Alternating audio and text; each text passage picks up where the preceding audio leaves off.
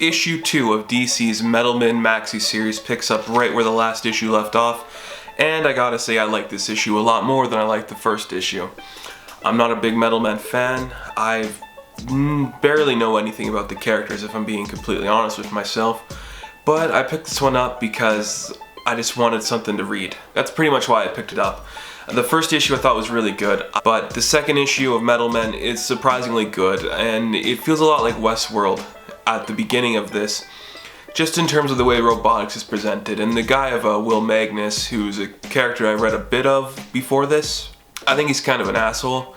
He's not a favorite character of mine, nor am I gonna probably read another book of him in it after I read this one. He's just complex in a way that isn't that complex. I think there's a lot of depth to his character, but he's also a prick and a dick, and I don't really want to spend any more time with him than I have to. But the Metal Men are what shine in this issue, especially Titanium, who I think hasn't had a lot of play so far in this, but I want to see her do more, and I'm really excited for that. The big thing with this issue, though, is we get the Ninth Metal becoming sentient and asking for Will Magnus, and it kind of starts mocking him as the story progresses, and we see what happens there. And when you see just that Will Magnus is the leading guy on robotics in this world and what he does with the Ninth Metal, it becomes very interesting, and there's a lot more going on here than we were originally led to believe, so that's very exciting.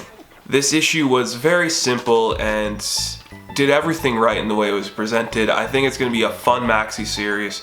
Again, this isn't going to be one everyone's going to pick up.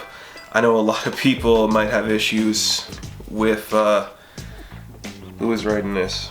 I know a lot of people might have issues with Dan Didio doing a lot of the main storytelling here, but take it with strides, you know? Like, it is a fun series. It's taking itself very seriously in a way that the Metal Men haven't really been presented.